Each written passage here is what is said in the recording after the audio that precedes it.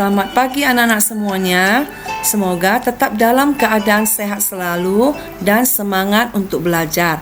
Pada pagi hari ini, Ibu akan melanjutkan materi yang baru, yaitu dunia hewan atau Kingdom Animalia.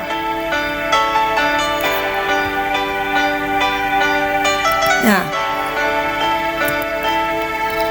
hewan adalah organisme eukariotik. Artinya mempunyai membran inti, tidak berklorofil sehingga tidak bisa berfotosintesis dan membuat makanan sendiri. Multiseluler, banyak sel, tidak mempunyai dinding sel. Oleh karena hewan itu bebas bergerak, tidak kaku. Hidup heterotrof artinya memperoleh makanan dari organisme lain, dapat bergerak bebas untuk memperoleh makanan dan mempertahankan hidupnya. Tubuhnya simetris radial ataupun bilateral. Berdasarkan ada tidaknya tulang belakang, maka Animalia dibedakan menjadi avertebrata dan vertebrata. Artinya A itu tidak vertebrata, tulang belakang. Jadi tidak mempunyai tulang belakang dan mempunyai tulang belakang. Jadi hewan vertebrata ini disebut juga sebagai hewan tingkat rendah. Sedangkan hewan vertebrata disebut sebagai hewan tingkat tinggi. Ini kita lihat Kingdom Animalia berdasarkan ada dan tidaknya tulang belakang, invertebrata dan vertebrata.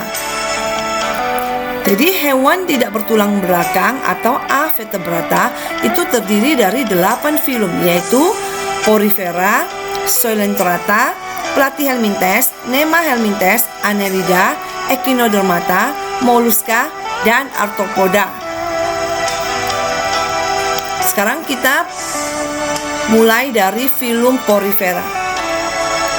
Porifera itu berasal dari kata forus dan fere. Forus itu artinya lubang kecil, fere itu artinya membawa.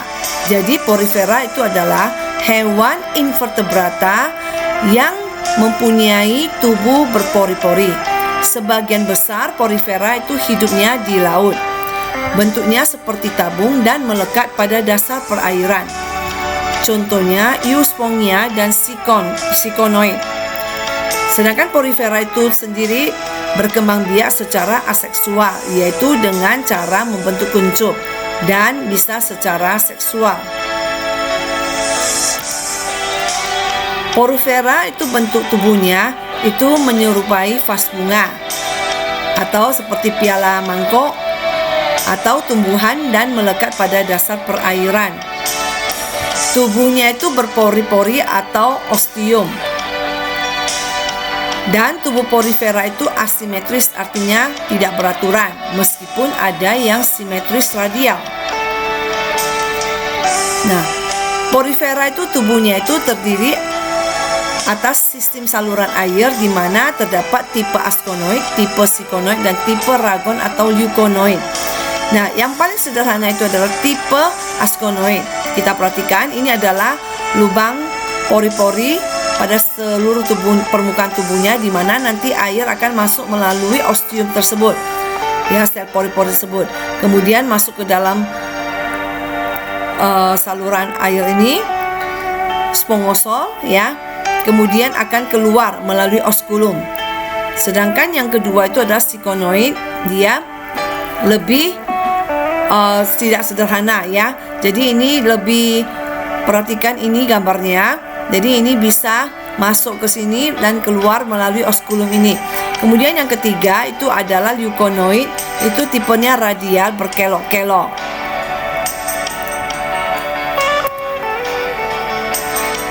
Ini adalah kelas daripada Demospongia, yaitu spons.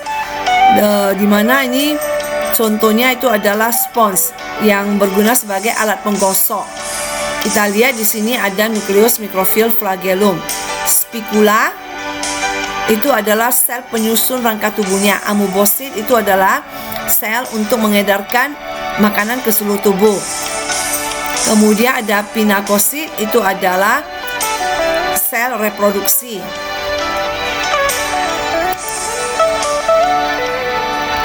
Porifera dapat dibedakan menjadi 3 golongan, yaitu Calcarea. Contohnya adalah Ciconoe dan Glutarina.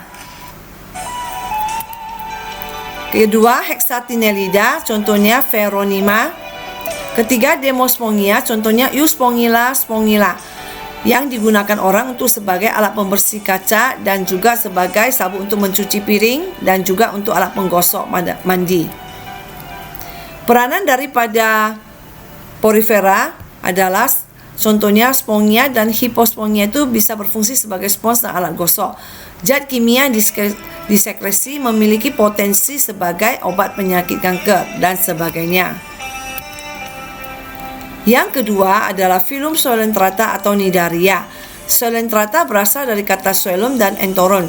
Coelom itu artinya rongga atau lorong, enteron itu adalah usus. Berarti Coelenterata itu adalah hewan invertebrata yang mempunyai tubuh berongga yang berfungsi sebagai usus.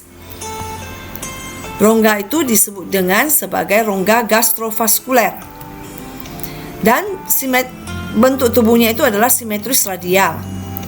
Dinding tubuhnya terdiri dari 2 lapisan jaringan atau disebut dengan diploblastik, di mana lapisan yang paling luar itu adalah ektoderm atau epidermis yang membentuk kulit. Sedangkan bagian kedua, bagian lapisan dalam itu disebut dengan endoderm atau gastrodermis. Tubuhnya tidak beranus tetapi hanya bermulut dan dilengkapi dengan tentakel-tentakel di sekitar mulutnya yang berfungsi untuk menangkap dan memasukkan makanan ke dalam tubuhnya. Dan tentakel itu sendiri dilengkapi oleh sel nidoblas yang mengandung racun yang disebut dengan nematokis. Ini adalah ciri khas dari hewan berongga. Dan di antara 2 lapisan tersebut terdapat lapisan tipis yang disebut dengan mesoglea. Karena dinding tubuhnya terdiri dari 2 lapisan lembaga, maka hewan itu disebut sebagai hewan diploblastik. Dan hewan Coelenterata itu belum memiliki alat pernafasan, jadi sirkulasi maupun ekskresi yang khusus. Jadi alat pernafasan itu secara difusi. Hewan tersebut mempunyai 2 fase, yaitu fase polip dan fase medusa. Fase polip itu adalah fase pada saat hewan tersebut melekat pada suatu substrat dan tidak dapat berpindah tempat. Sedangkan fase medusa itu adalah fase pada saat hewan bergerak bebas. Fase polip ini termasuk reproduksi aseksual, sedangkan fase medusa itu adalah termasuk reproduksi seksual. Dan pada polip ini bentuknya seperti vas bunga, sedangkan medusa bentuknya seperti payung atau mangkok terbalik. Fase polip ini mesogleanya tipis, sedangkan fase medusa itu ada mesogleanya tebal. Klasifikasi Coelenterata itu terbagi atas 3. Yang pertama Hydrozoa, yang kedua Scyphozoa, yang ketiga Anthozoa. Contoh dari Hydrozoa itu adalah Hydra dan Obelia. Sedangkan contoh Scyphozoa itu adalah Aurelia aurita, ubur-ubur. Dan yang ketiga, contoh dari Anthozoa itu adalah anemon laut. Nah, ini perhatikan bentuk daripada poriferanya, membentuk kuncup. Ini adalah bentuk daripada medusa, berbentuk seperti mangkok terbalik ya, atau payung. Ini adalah tentakelnya. Nah, ini adalah bentuk dari polip ya, yang melekat pada dasar perairan. Peranan daripada Coelenterata itu adalah sebagai tempat persembunyian hewan-hewan tertentu atau sebagai tempat perkembangbiakan ikan, membentuk taman laut, anemon laut, membentuk terumbu karang, dan juga bisa sebagai perhiasan. Demikianlah pembelajaran pada hari ini. Terima kasih atas perhatiannya. Tetap mengikuti protokol kesehatan, memakai masker, sering mencuci tangan, dan menjaga jarak. Tetap semangat belajar ya nak. Sampai jumpa.